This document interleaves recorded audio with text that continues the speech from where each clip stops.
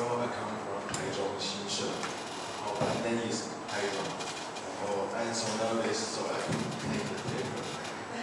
I want to ask, what can the local members do to help improve the global forage network? In my opinion, I think we could put a map of Taiwan on the web page. The Farmers Association and the forage clubs of the townships who join the proposal could use the photos to show their characteristics of the local. When a person is interested in the Taiwan's agricultural products, they can just move the mouse point and the web page will show what he likes to know conveniently.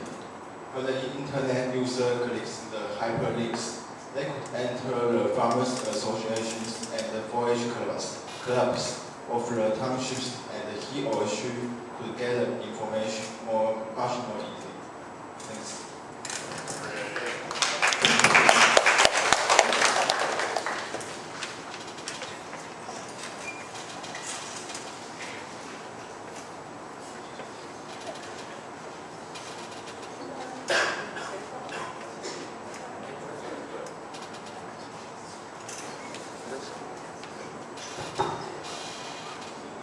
Again.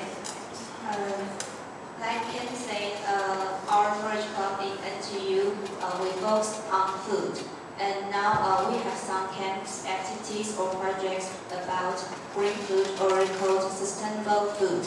And we will teach children, for example, what is the good food in our agriculture in Taiwan.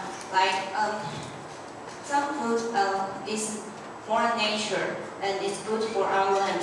And we can teach the children how to choose the healthy the food to our land, and it's more to our environment is more good.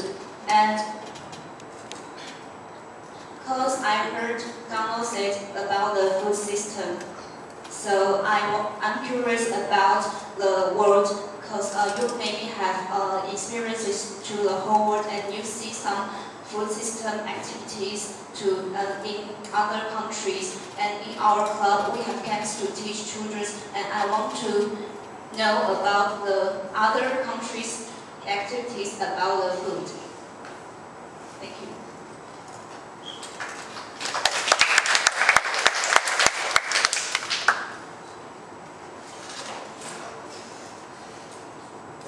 I'll just stand so I don't put my back to everybody.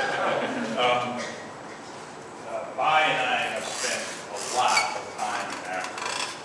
We have both lived in Africa for years.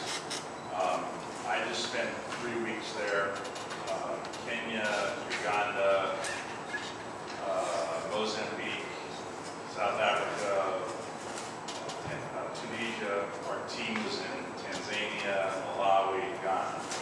So, in Africa, it is generally true that most people grow only enough to eat for their families, 1 hectare. That's it. And there are hundreds of thousands of millions of very poor farmers in Africa who are only able to grow enough for their family. The challenge in Africa is to figure out how you can improve the productivity and the land ownership and the income for small holders. That's what they call the small farmer in Africa. That's also true in some parts of Asia. So the biggest challenge in the world is trying to figure out how to change that human condition that has not changed for centuries. This is a very difficult problem.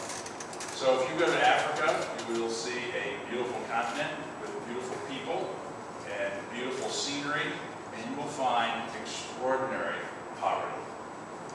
Young people leave rural villages in Africa to go to the city. When they get to the city, there are no jobs. And then they end up in very large slums. And it's very bad.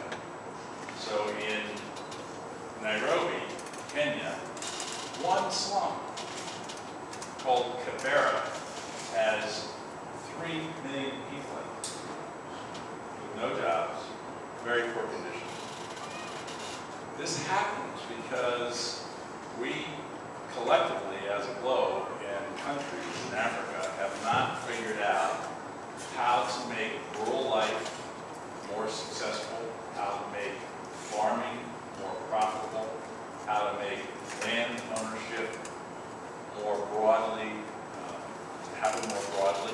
So these fundamental questions are still there. So Dr. Bai and I and some of our partners are working with investors, bringing money into Africa to change that pattern, change that dynamic. The second thing is that we're working to build in Africa a food university. A food university. Not an agriculture university, but a food university. To help people see the skills that are necessary and the learning to participate in a very successful food system in Africa. Africa does not have a successful food system. They barely grow enough to eat themselves, and they import a lot of food. So we're working with many to build a food university that is not buildings, but it is an educational platform where we can help the people of Africa grow the people necessary to create a food system. In any food system, you need people that can manage logistics and advertising and legal issues and pilots to fly food around, and you need lots of stuff.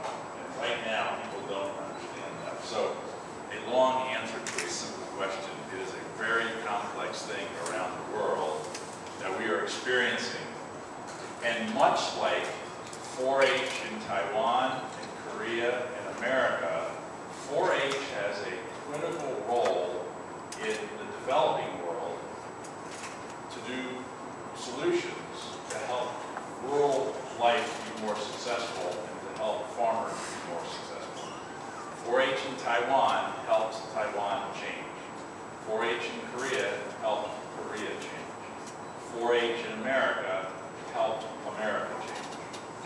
That's exactly what we're working on with our partners in Africa, and we're learning in the developing parts of Asia.